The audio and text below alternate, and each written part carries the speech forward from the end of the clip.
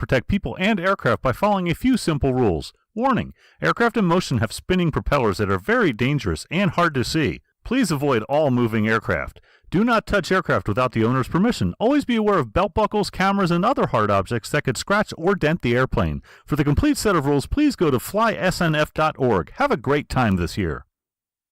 If you missed it last year, now's your chance to witness the most epic night of entertainment in the sky. Sun and Fun 51 is taking the night air show to the next level with an electrifying fireworks celebration featuring drones, lasers, airplanes, pyrotechnics, and more. Don't miss this one-of-a-kind aerial spectacle where the sky is the stage and the show is like nothing you've ever seen before. Wednesday, April 2nd and Saturday, April 5th at dusk at Sun and Fun. Looking for the perfect gift or souvenir? Airport Mugs just landed with premium ceramic mugs featuring all Bravo, Charlie, and Delta airport codes in America. Airport mugs are printed with your favorite airport code on one side and runway sectional information on the other. Use discount code MUGS20 at checkout for 20% off. Visit airportmugs.com. That's airport-mugs.com today and elevate your hot or cold beverage experience. Attention aviators, since 1984, Gulf Coast Avionics has been your go-to source for avionics, instruments, and pilot supplies worldwide. Proudly sponsoring Hangar D, they offer top-notch installation and repair services for both certified and experimental aircraft. Come celebrate over 40 years of unbeatable pricing and service.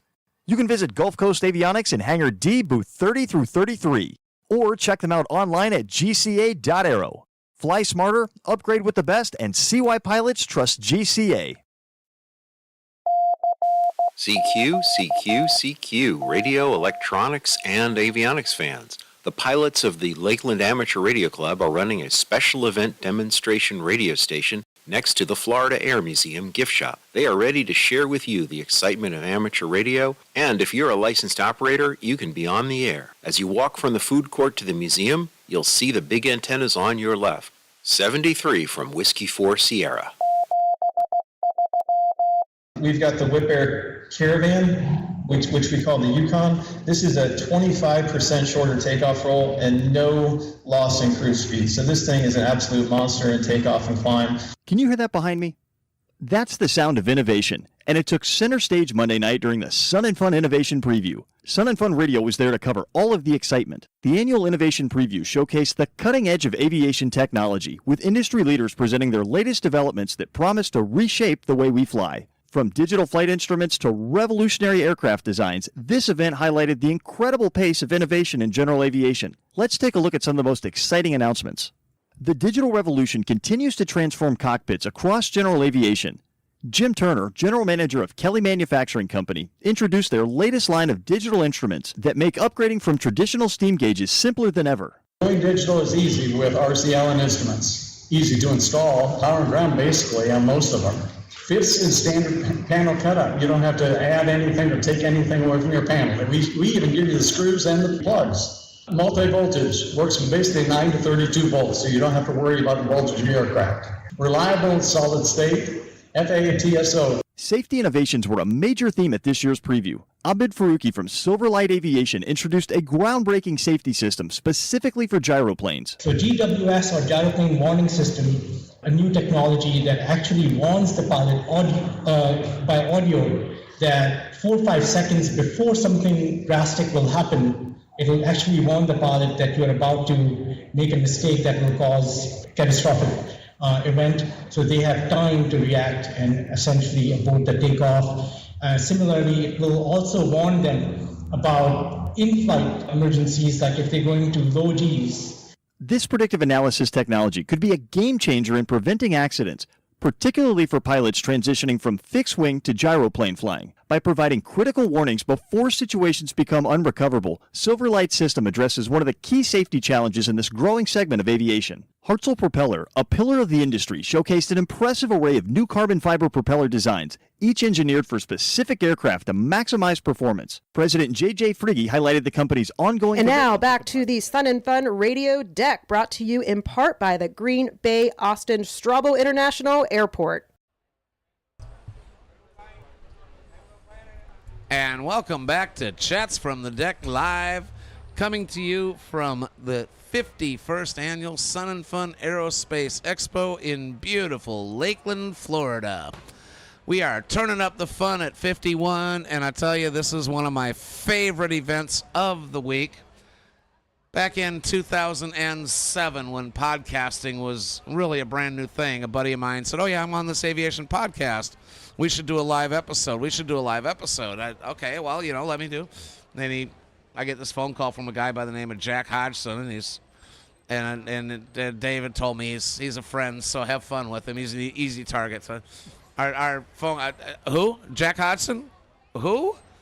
I'm Jack Hodgson. Dave told me to call you. Do I know you, sir? And I couldn't help it. I started laughing. And so that's been, ever since then, it's been a running joke. Jack Hodgson has been on deck with us all week. He's stepped in. He's helped. He's been hosting the live airtime for me, along with our other friend, Jim Goldman. And Jack is the creator, director, and grand poobah, so we let him believe, at the Uncontrolled Airspace General Aviation Podcast. Again, my favorite part of the week, when we get to turn the control of the radio over to Jack and let them do a live episode of, as we call it, UCAP.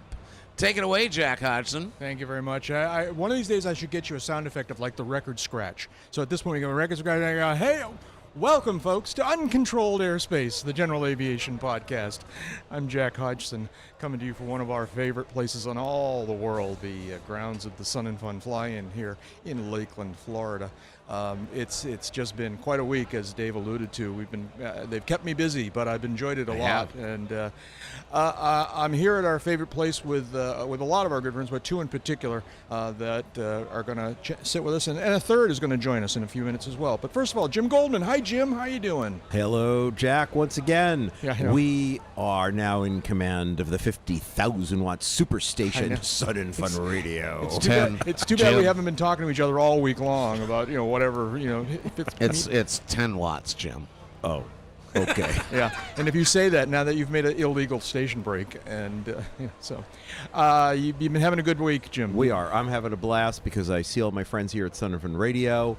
Get to walk. I've seen many of my friends who are here as exhibitors or volunteers at Sun and Fun, and have been coming for many years. Always something to look forward to. And this is no exception. And I got to say, Dave, thank you for letting me be on the on-air team. We don't have to go out and find Sun and Fun. It comes to us every 15 minutes. That's right. Every time. New people every That's time. right. And I've been doing my best to keep a interesting mix. Several years ago, somebody commented, "Oh, you mean vendor radio?" I said, "Excuse me?" Every time I listen, it's somebody talking about something they're selling here. And that was kind of an eye-opener for me, so I'm trying to balance out every hour with vendors and sponsors.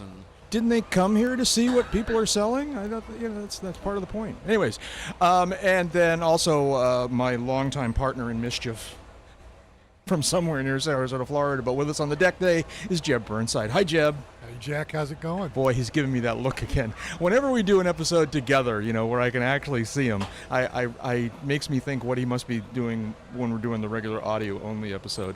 I'm just trying to keep you on your toes.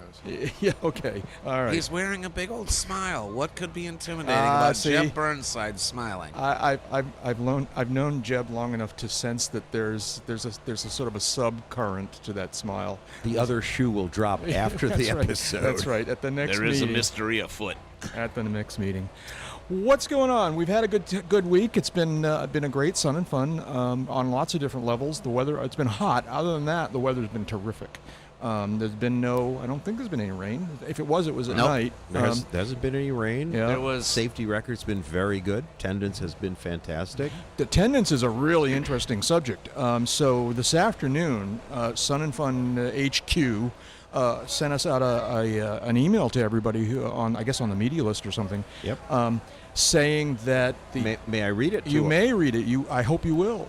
Hey, Sun and Fun fans. I should tell you this is at 2:45 this afternoon on our big day. Hey, Sun and Fun fans, we are currently at capacity. Prepaid tickets will be honored. Ticket purchases on campus are sold out for today only. Yeah. And this is actually what they didn't say in that, and I heard the call come out over the radio. This is the very first time in 51 years of Sun and Fun that we have hit capacity. Yeah. So, which is just I phenomenal. mean, Gene told us earlier in the week that ticket sales for this day were off the charts, and he was right. And then the walk-ups put it over the top, and it's and there's clearly a big crowd. You know, I mean, I've seen pictures of just like the walkways out there, just shoulder to shoulder filled with people. And the aforementioned email came with an aerial shot, probably a drone shot, of the flight line, and you cannot see any grass or ground out there. It's just people. Yeah, Wow. that's a bit, Jeb's showing me that picture. Maybe we'll put it in the show notes or something. But it's been a great week. And although this is the only day that's sold out, so my term, not theirs, all the days this week have been clearly well attended. Yeah. So it's been a good show. It's getting bigger every year. Yeah. What? I have questions. Yes.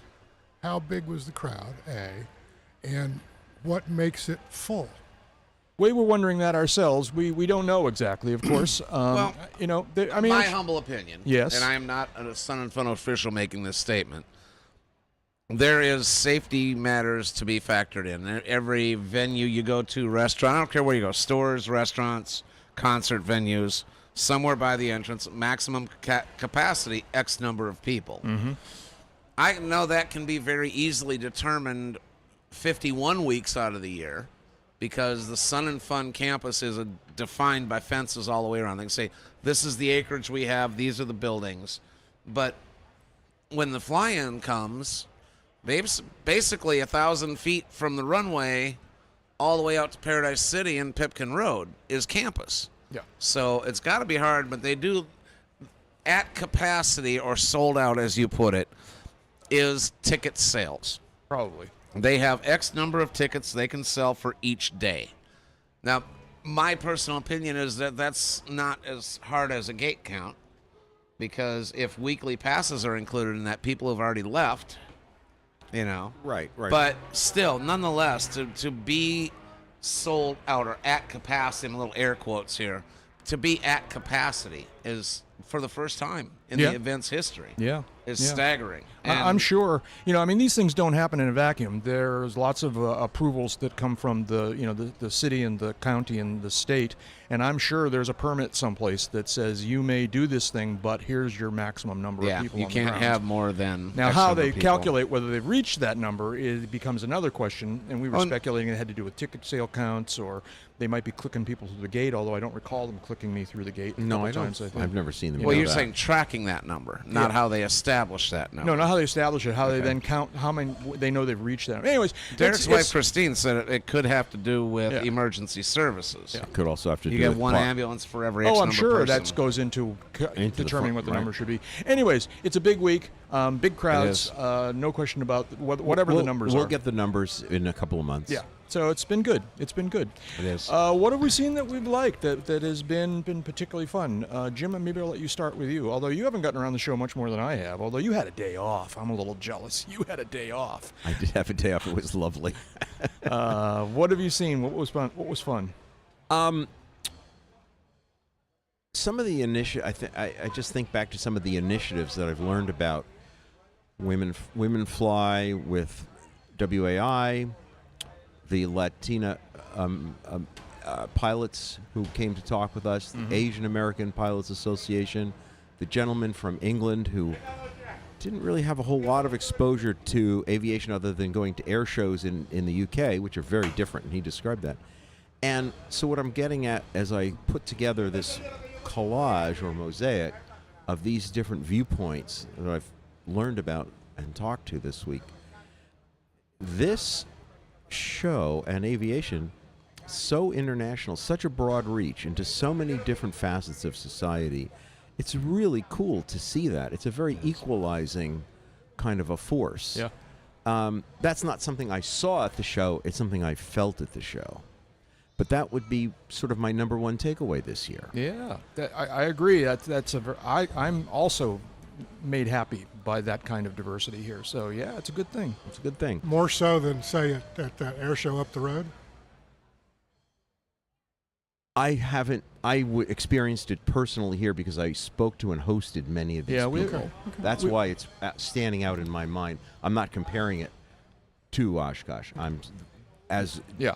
Answering Jack's question, what stood out for me was that because I interacted with all these people. He said the O word.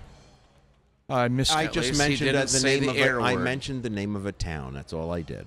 Oh, he said it. Oh, yeah.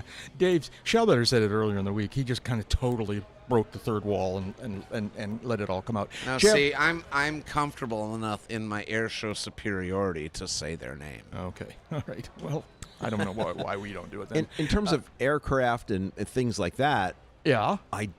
nothing stood out for me. There wasn't any showstopper technology. I think that the Mosaic morass right now is kind of holding up the pipeline in terms of new developments. Yeah. That's what I sense. Yeah. Jeb, how about you? What have you seen this week that kind of stood out in your mind? Well, the Beechcraft Denali, which is the new single-engine turboprop that's been in development for, I'll say, a few years, is here in the flesh for the first time. First public debut of that airframe. It looks uncannily like a PC-12. A Pilatus, yeah, I agree. Yeah, that was my impression as well. I'm surprised, I guess not shocked, that they're using inflatable boots for de-icing on the wings. Okay. I'm not familiar with the pros and cons of those different technologies. Give me a little lesson here. TKS is one option, although probably not suitable for that big an airplane because the tank would have to be too big. TKS is a chemical kind of thing? Yes. Okay, yes. all right. That's the weeping wing. The weeping wing, the perforations in the leading edge. I can picture that, flow sure. back. Okay. A Cirrus, you can get that on Cirrus, for example. Another technology would be heated wings, typically on a bizjet, although we have bizjets with boots. The engine in the Denali is also a new engine. It's from GE, called the Catalyst, and I believe the Denali is the certification airframe. Well, the GE Catalyst engine has been certified, but it's the new. I guess the first application is the Beechcraft Denali. So it would be interesting to see how that goes. Yeah. Other than that, a couple of tidbits from the avionics world. One is I'm kind of chomping at the bit for Electronics International and Aspen to work out the bugs and kinks and get paperwork for, dedicating one portion of a screen of the Aspen suite to engine monitoring. Which will be a nice trick I'd like to add to my airplane when the time comes. Yeah. So I was talking to some people about some of that. Had a couple of issues with just some wear and tear on my airplane that I wanted to talk with some people about. Had that opportunity. And it's been a good show for that kind of stuff. Nice. Yeah. I'm surprised. Did I hear this right? The Aspen Avionics Suite, which is the multiple... Right. They can't dedicate a portion of that to engine monitoring yet? They are going to. They just haven't done it yet. Interesting. I didn't know that. Yeah. One of the things, there are a lot of things this week that stand out to me. The one that, a little different than what you were describing, I'm impressed, amazed, interested, tickled to see how they are building up the evening activities over at the Paradise City area. It's, we've gone through, in the whatever it is, 18 years that I've been coming to Sun and Fun now, I've seen a real evolution of Paradise City. Back when I first started coming, it was still kind of a happening place. It was starting to fade a little bit. With all the hippies and hang gliders. Yeah, I know, right? That's why Higdon fit in. Higdon's looking down at you. Look out for the lightning right now. Yeah. Higdon, hang glider, hippies. Very nice. There you Dave. go. There you 3H. go. And then there were a bunch of years in there where the whole hang gliding world, it just kind of faded a little bit for whatever reason, and it started to become almost ghost town-like-ish over there. It was very sad. True, the air show up the road too had the same kind of situation with ultralights. But then about whatever it was, 5, 10, whenever LSA started to really take hold, LSAs were brought into that area, so they had more aircraft to exhibit and to take off and land in the evening, and so that made it. And also bringing in the LSAs brought in a mix of home built and factory built. Yeah, I think that right. gave it a little bit of a push. And then they started doing some rotorcraft stuff over there in the evening, and now in the last couple of years, so they created this new food and entertainment area called the Island, which has been there for a couple of years. And now there's another one called the Sandbar. Sandbar is really just a food court kind of area, but area for seating and everything else. So I was over there last evening, and it a little bit took me by surprise. I knew there was an evening thing. I knew there was this aerial circus thing, but there was more than that. Someone later on, I didn't stick around, but someone told me that the Island was a kind of a happening evening party place with doing concerts there. Music and food and drink and live music. Not just music. Live music. It's really interesting to the extent to which they are trying and succeeding to make that whole area of the field especially in the evenings. So I thought that was pretty interesting. Jim? I want to add one more evening new feature to the Sun and Fun campus, and this is called the Hangar. It's not a hangar at all. It's an outdoor movie screen, and it echoes the Theater in the Woods at some other air show, where they've been playing movies at night, annotated or narrated movies.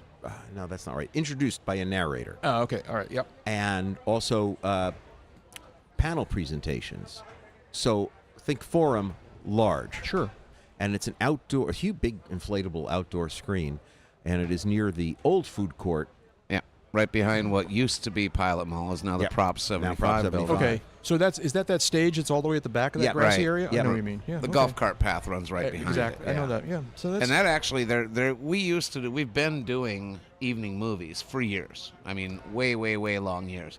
They kind of evolved but that was just that. It was the blow up screen and somebody would throw a DVD or did Blu-ray, whatever they had. And then now they have evolved that into the Hangar, right? Which in the new iteration of Sun and Fun, that will be an amphitheater type area. Right. And this lets them use the pavilion, which is their other large amphitheater, for other events at the same time. It gives them extra capacity. So I thought that was interesting. It is. It's a pretty cool thing.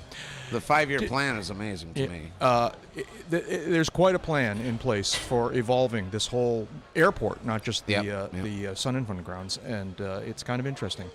Dave Schaubetter, so you have a very different perspective on Sun and Fun than the rest of us, given your situation and your long years of service and just the fact that you're Dave. But have you seen what's been special for you this week?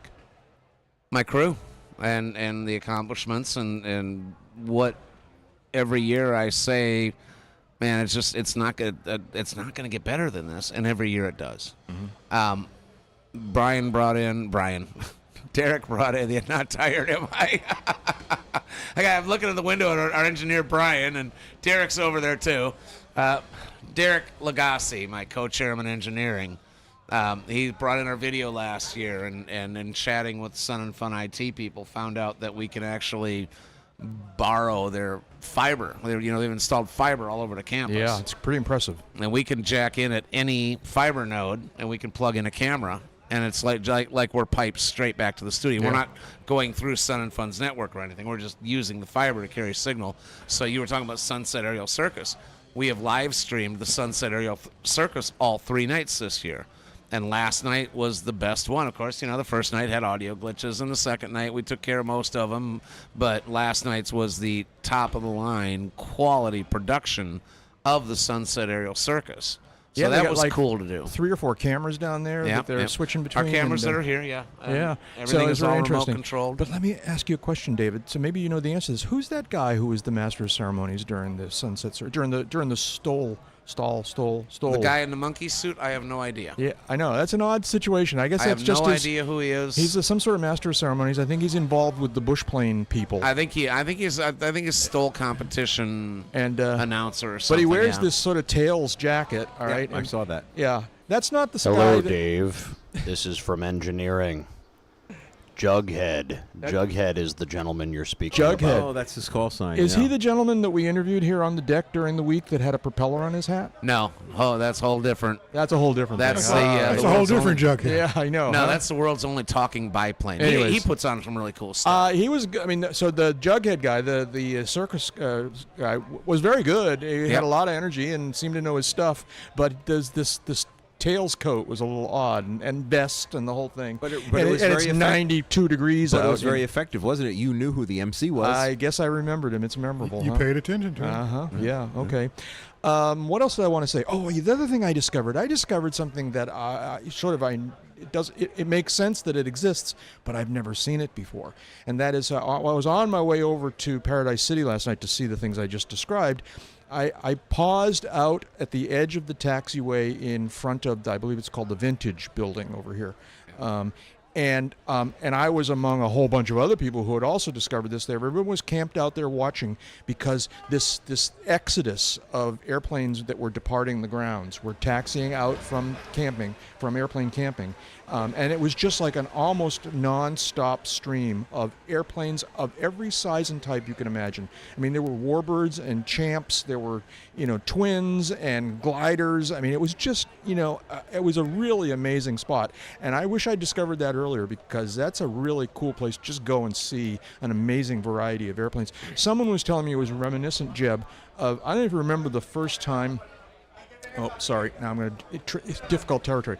The first time we broadcast from that other air show up the air, and from the announcer stand, and we were on it wasn't the announcer, but it was the radio station stand right in front of the intersection where everybody taxied up to do their run-ups, and it was so cool to see all these airplanes, different variety of airplanes, and of course Higdon was there to tell us a story about every single airplane, which was awesome. All right, but I'm standing down there last night thinking we got to do an episode of the podcast from here someday because this is a great spot. That's the best seat in the house in Oshkosh. Oh, excuse me, that other air show. Somewhere else. All right. But we should definitely work towards doing something from that location. Absolutely. That was a cool spot, and especially at that moment with all those airplanes going by. I mean, we'll have to find out if there's a fiber node there. Yeah. We'll do another live video.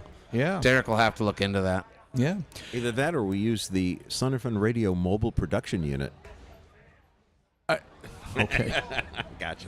There's some sort of Jim Dave thing going on there that we. No, that's a Derek Dave thing. Derek thinks that I'm going to surrender my cargo trailer to be rebuilt and remodified and reimagined as a mobile studio for the radio station. We'll work on him, Derek. We'll work on him. Okay. What Are else? you writing the check? We got a couple more minutes here before we need to take a break. Anything else that kind of jumps out of things that you've seen that you liked? And here's something that I find sad, and I guess it's done deal now. I'm staying over in the campground, very graciously courteous of Dave Schallbetter. And I walk over here in the morning, and in the old days, when I first started staying over there, I would walk through that little boardwalky nature walk thing that went through the woods and popped out down in front of the exhibit hangars. And a couple of years ago, I noticed that it was blocked off. It was shut down, and someone told me that apparently there was some storm damage on the boardwalk. Yeah. And I've been waiting. Hurricane damage. I've been waiting ever since for them to repair the boardwalk. 'Cause it's just but they haven't. Not only have they not repaired it, they've actually really dramatically blocked that whole entrance now. So the little creek that goes through there is actually drainage from the field. And one of our hurricanes, that turned into a raging torrent and damaged a lot of the area as it came through, as the water was running off the airfield. Yeah. So they had no choice but to shut it down, and it would have had to been totally reimagined to reopen. Yeah. So that's why I was just kind too of bad, 'cause that was a nice spot, Jim. We have about a minute. Can I do a quick shout out to a friend? You can quickly, please. Carol Callie manages the press center here, and Volunteer. She is a volunteer, Volunteer chairman, longtime volunteer, and a terrific friend. She's a friend of the radio station. She did a great job. I hung out in the media center for a little while today. Air conditioning, snacks, all set up right, and there's been a lot of social media coverage from that press center this year. Yeah, it's nice. Good stuff. Anyways, we're going to take a quick break here, and we'll be back in a few minutes, continue talking about the fly-in, and maybe talk about a few just regular aviation things as well. This is a very special episode of Uncontrolled Airspace on Sun and Fun Radio.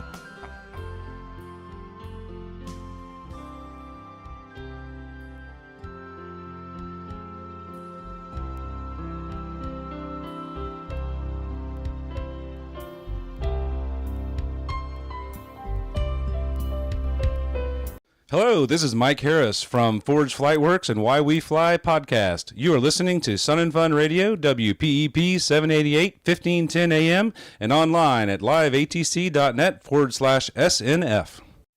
Enjoying all the aircraft is one of the leading reasons people come to Sun and Fun, and we are pleased to open Flightline access to all of our guests. However, please help protect people and aircraft by following a few simple rules. Warning: aircraft in motion have spinning propellers that are very dangerous and hard to see. Please avoid all moving aircraft. Do not touch aircraft without the owner's permission. Always be aware of belt buckles, cameras, and other hard objects that could scratch or dent the airplane. For the complete set of rules, please go to flysnf.org. Have a great time this year.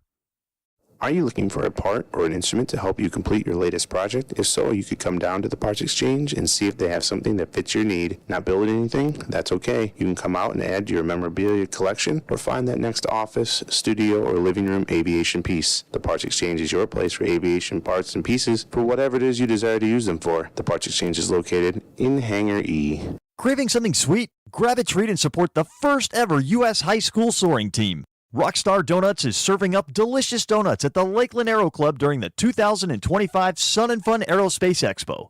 All to help young aviators reach new heights. Every bite fuels their journey, so stop by, grab some donuts, and turn up the fun at 51. Let's make this fundraiser soar.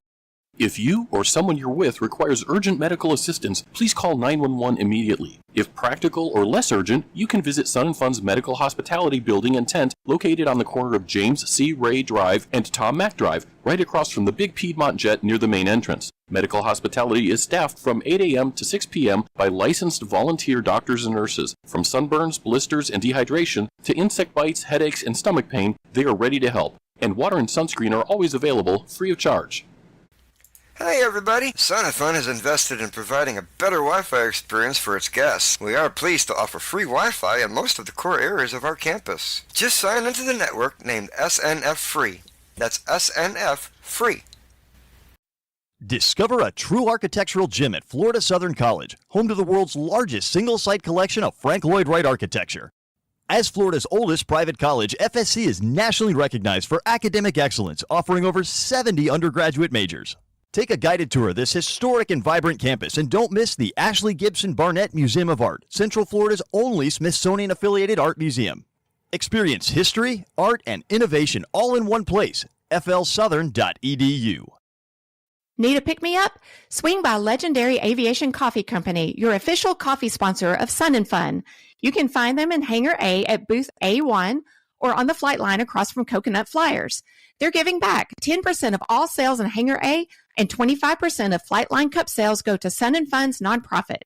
And for all of April, 10% of online sales at legendaryroasters.com supports the cause. Sip, enjoy, and make a difference, one legendary cup at a time. Every day from 10:30 a.m. until noon here at Sun and Fun, we have a great opportunity for manufacturers and individuals to exhibit their aircraft in action in the flyby pattern at Show Center. Each aircraft or group of aircraft has exclusive use of the flyby pattern for 6 minutes while a representative extols its virtues over the PA system. These free showcase flybys are one of our most popular attractions and are a great opportunity to show off your aircraft. Please visit flysnf.org to register and for more information.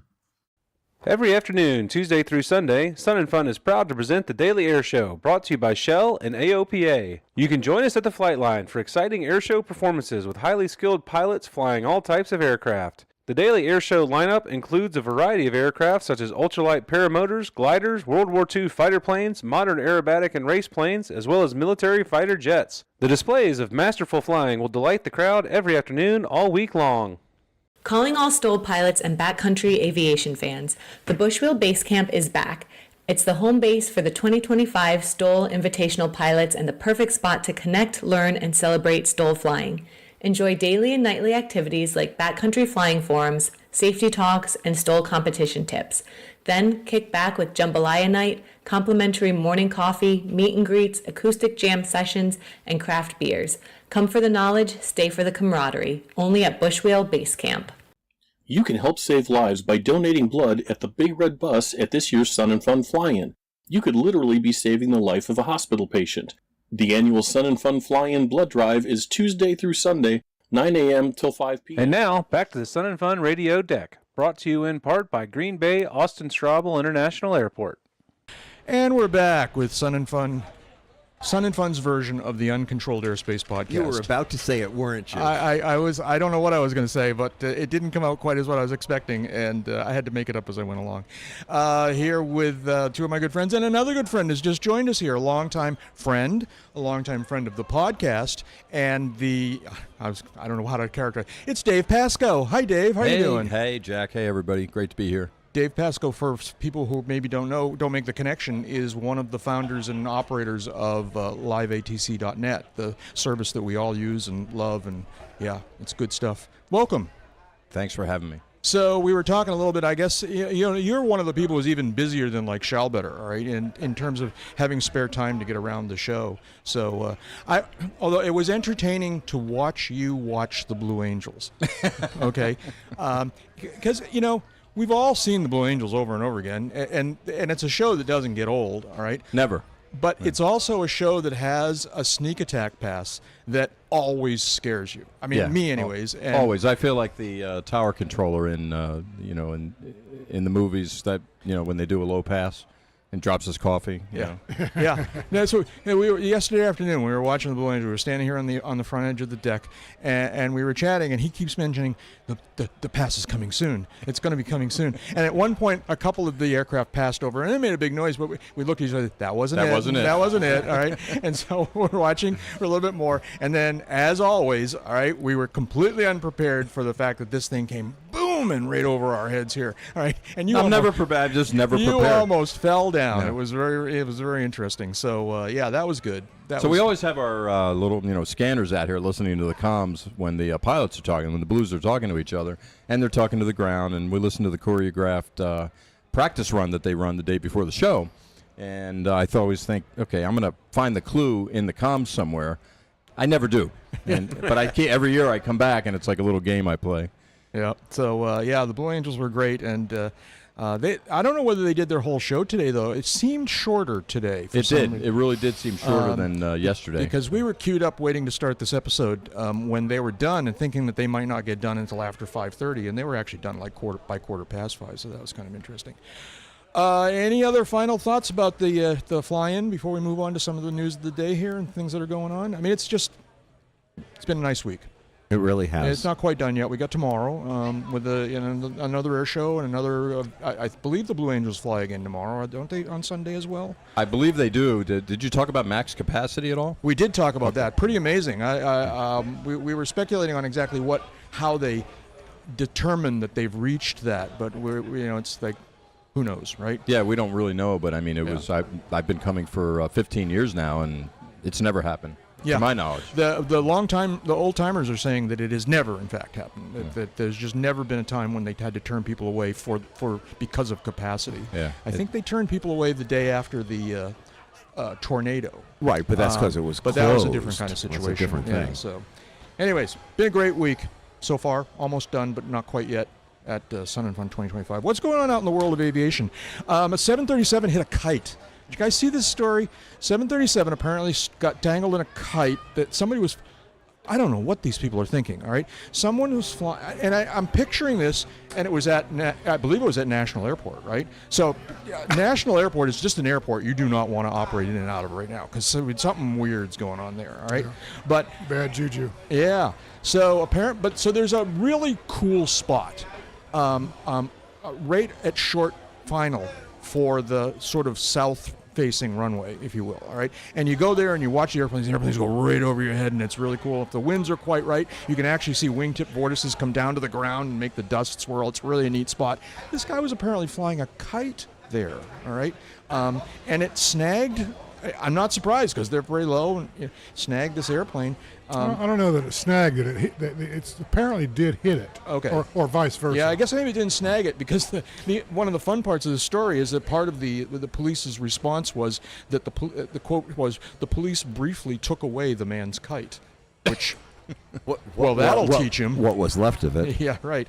But don't do that. You don't fly kites, especially on fire. I don't know even what he was thinking. Interestingly enough, there were some drones that were spotted. So yesterday and today, prior to the Blues going up, they are able to detect some of these drones in the vicinity. And so within 5 miles, there was one yesterday that was 4.2 miles northeast over near a lake. Yeah. And then there was another one here south of the flight line, maybe about a mile from here, that they found and mitigated.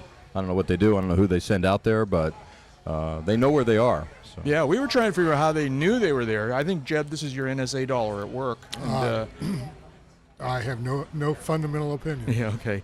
I was, all kidding aside, I was speculating that there may be remote ID, because they're all supposed to have remote ID on them now. And so maybe there was remote ID on them and it just triggered some, whatever. But, they apparently delayed the start of the Blues yesterday, waiting for this to be cleared out. And so don't do that. Don't do that. There's plenty of places where you can fly kites and drones. Don't do it near an airport. Definitely don't do it on final an airport. Anyways, okay. Your admonition is well received, but the phrase "preaching to the choir" comes to mind. Yeah. I guess. But we're on Sun and Fun Radio here, and so there are some regular folks listening right now who are just interested in the air show, and be aware of this. It's because people could get hurt. I mean, this is like absolutely. People could get hurt. What else here? A couple of podcast business things. We just published the 3rd issue of our new UCAP newsletter, which we're having a lot of fun with, and it's still sort of an evolving work in process as Jeb and I determine what its voice and character is going to be. But I can't speak for you, Jeb, but I'm pleased with it. It's just coming together. Yeah, it's coming together. We did the first, and we've finally given it a name. In long time Uncontrolled Airspace or this podcast tradition, we began it without a name, and we were just calling it the UCAP newsletter. But we talked to a bunch of listeners, and we did a whole bunch of brainstorming ourselves, and we've decided that we're going to call it UCAP Vectors. So which I kind of like that name a lot. It connotes some good things. It's about pointing people in directions of things. It's a good aviation word. It's a word that visually looks nice. Vectors.com is not available, but so isn't everything taken up by now? Yeah. Except you have to use one of those new top-level domains. Who was it we interviewed just the other day? There's was it Lyft.com or Wing.com? Or there was some amazing domain name that somebody came through here with the other I day. wasn't on the deck for that one. Yeah, I was just remarkable. We were, so. Now, are we going to do the Victor jokes? Yeah, right. It's like, surely you jest.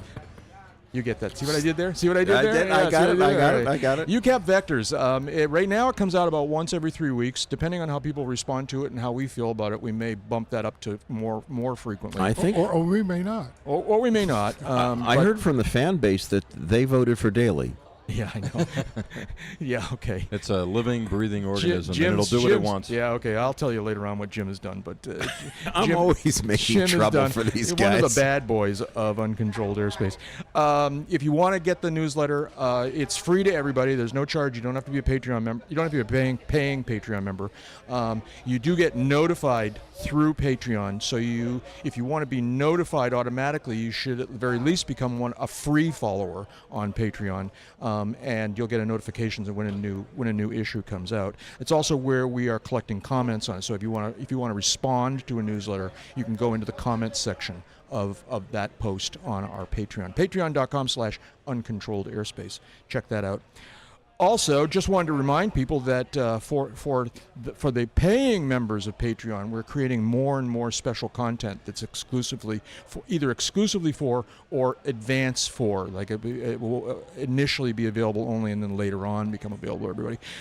Jeb and I are going to do another video. We did a video a couple weeks ago when I was at Hidden River, and we're going to do another video in here someplace, and we haven't quite figured out where. But before I leave for Boston, back from New Hampshire, we'll do another exclusive video where we just kind of chat. It's sort of a little bit more, whatever than the podcast, but basically you get a chance to see our amazing faces and while you can. There was that look. Oh, no smile that time, though. Did you see that? Wow. Okay.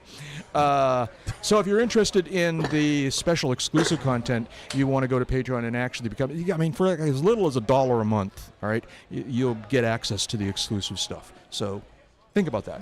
Think about that. We're going to try and do more and more of it. News. What else is news? Sad story here. Apparently the last of the pilots from the Battle of Britain has passed away. And that's just... I mean, it's kind of a sign of the times here. We're at that stage of history from World War II. This gentleman was 105, more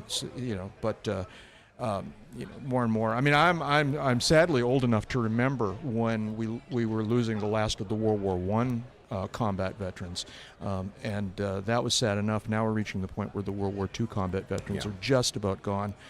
If you stop and do the math, you couldn't have been old enough to be in combat and not be 100 years old now. So it's too bad, but certainly our condolences to this gentleman and to all of the families that are at that stage of life, and we thank them all for their amazing service back during that war. I don't know if you guys have anything to add to that, but I just wanted to kind of call attention to the fact that... No, let's give him a name. Yeah, please do. Group Captain John Paddy is his nickname. John Hemingway, an Irishman, and was flying Hurricanes 1940, which is hardcore. Yeah. So hats off to him and everyone he flew with, for that matter. Yeah, absolutely. What's next here? So apparently, and I haven't really looked at the details of the story. Maybe you can read Montana. So there's sort of a bit of a controversy roaring right now whether or not various parties around the country are using ADSB data in order to charge people, either charge them fees or to violate them for various airspace things, or to just track them. Yeah. Well, but tracking happens. I'm just saying. Yeah. So, and there's a bit of an uproar here about people, and I'm kind of one of them, that's not appropriate. It was very explicitly. There was a very explicit promise that it wouldn't be used that way. Yeah. And the state of Montana has apparently now prohibited this ADSB data from being used for collecting landing fees. So good on Montana. But apparently it's been happening more. Fod was on our podcast last episode. He told us a story about an airport in, I guess, Michigan that was doing this. And there's been a couple here in Florida that have tried to do it or wanted to do it or got told they couldn't do it or some variation on that. But it's a growing phenomenon. It's just a matter of time before a lot more airports decide that that's a great way to raise some revenue and see what they could do about changing the rules. Yeah. And there's a little bit of a difference, too. I've had it happen to me in Atlantic City, New Jersey, but they were already a landing fee airport. Sure. So they're using it as a technical tool to just make things more efficient, make sure they don't miss anybody. But it's happening at airports where there previously was no landing fee. Right. And that's exactly right. Or if there was a landing fee, it wasn't really enforced all that well. Right. Atlantic City is a great example.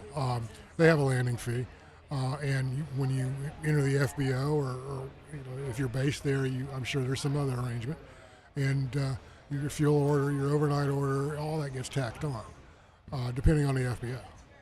Yeah, we get Vector, I think, is the name of the company that basically implements the service, and so. I said, well, I'm used to paying a landing fee. Well, they had just switched over to Vector, and they said, you'll get a bill. I'm in a flying club, so my flying club got the bill, and then, billed me. So. Yeah. So, but even an airport that has always had a landing fee, I think it's inappropriate for them to be using the ADSB data to even, confirm this, or it's not. The deal was they weren't going to do that. It's a slippery slope. You can't allow that kind of stuff if that was the agreement in the first place, not to use it. Have you ever driven a toll road? Well, yeah, toll roads are a whole. Yeah, I mean that's a. I don't know why the toll takers union, if there ever was such a thing, didn't come down hard on these. What do they call them? Open road tolling things. But and yeah. So anyways, all right. But. Yeah, Montana, good job. Yeah. And yet another, and sadly they're few and far between these days, but another example of government working well for people.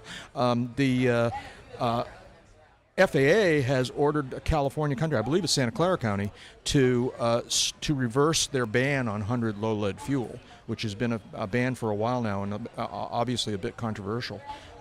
And the FAA has said, no, this is a violation of the agreement, of the financing agreement, and you can't do that. And so remains to be seen whether they comply, because that's another thing these days. But the FAA has, that said you can't stop selling 100 low lead, and because it's become a real hardship for a bunch of these airports out there in my old stomping grounds. And Dave, you're nodding your head like you're familiar. You thought this through. I'm a little bit familiar with. I have a friend who's based out there, and there have been a number of issues with different, replacement fuel contamination issues and a bunch of different things.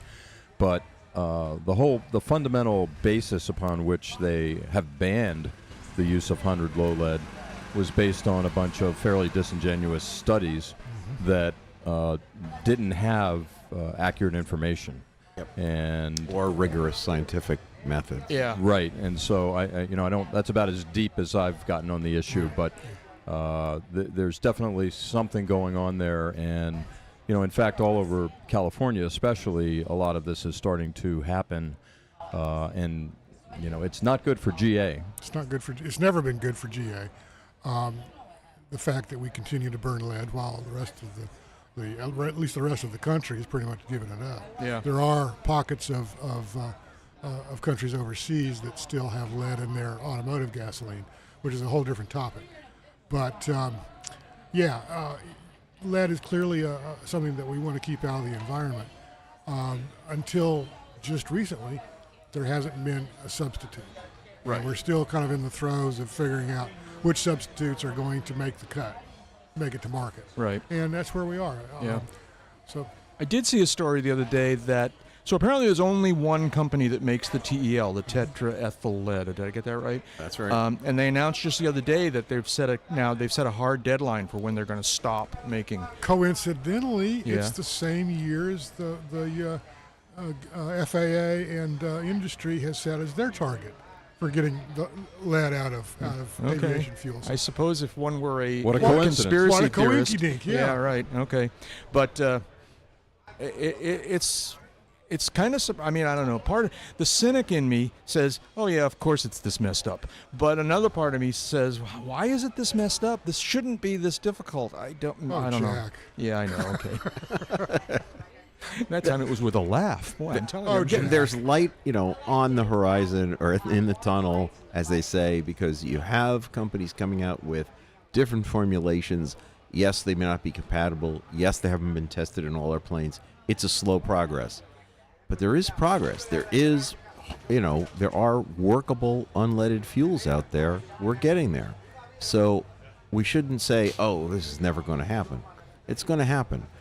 The cynic in me says it'll happen just about the time that's all resolved is the time we'll switch to electric aviation, and it won't matter. Yeah. How does, I'm sorry, this is not on the list, but I'm curious about something. Maybe one of you guys can explain this to me. I recently saw a story about an aircraft that has been approved. According to the story, it was approved under Part 103, which is ultralights, all right? But it was an electric airplane, all right?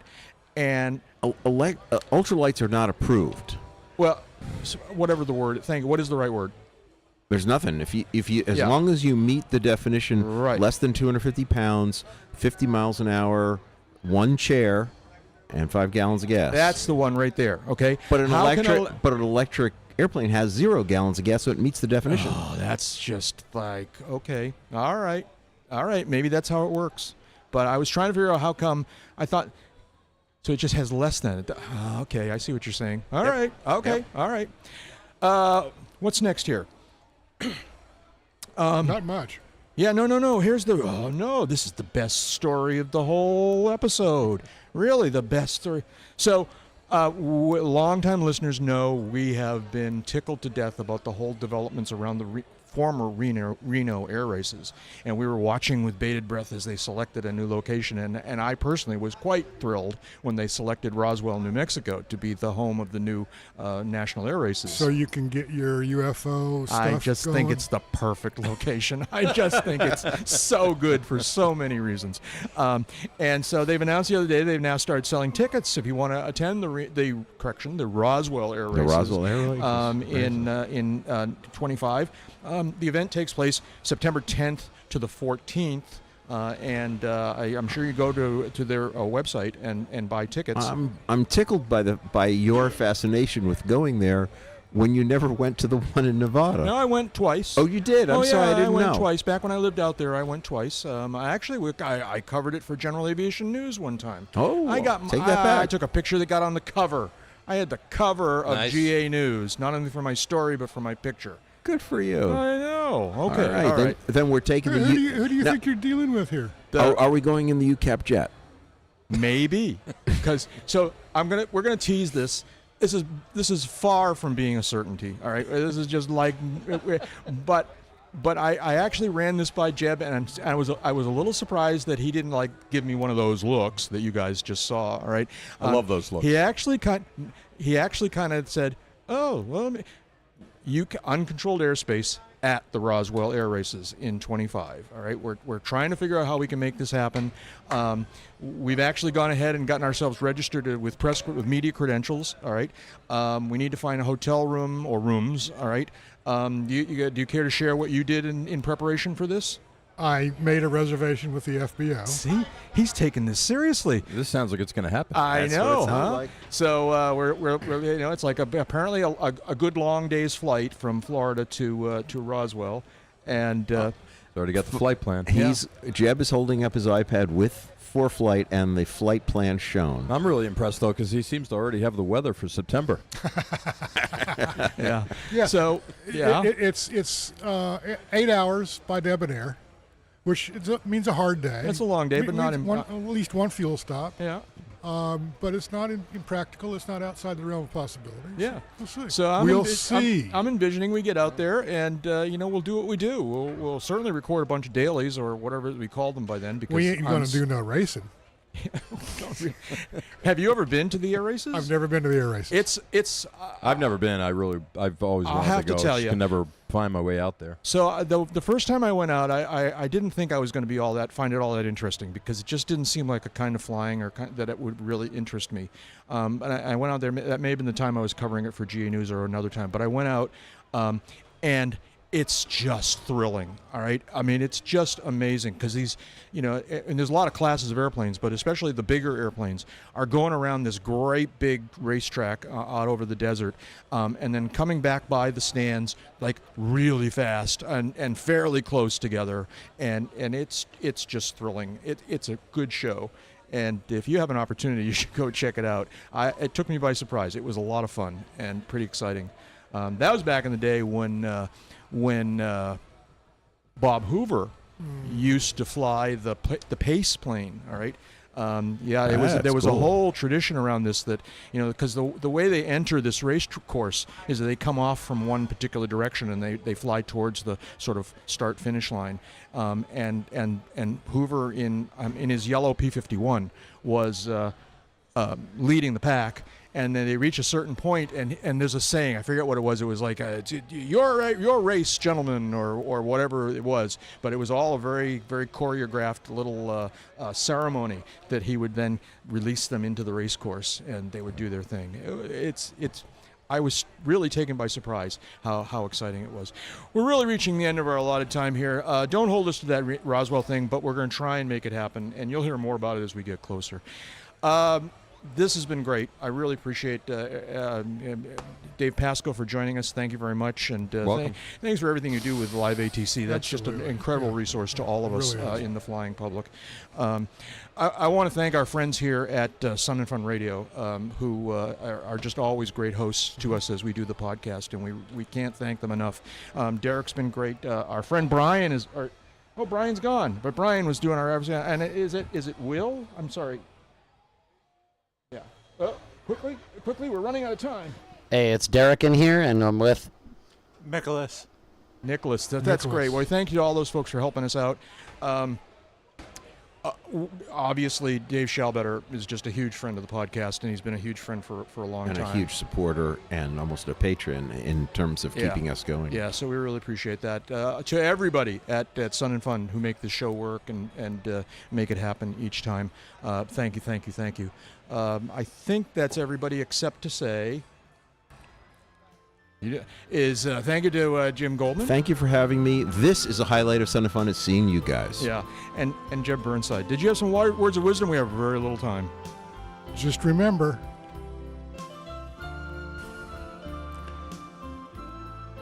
I couldn't agree more. No, I'm sorry. Just remember that no flight plan survives the second handoff. That's right. That's it, wayward aviators. That's enough talking. Let's go flying.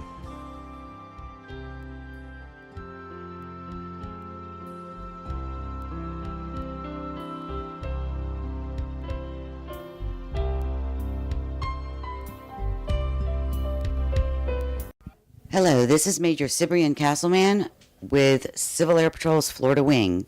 You are listening to Sun and Fun Radio, WPEP 788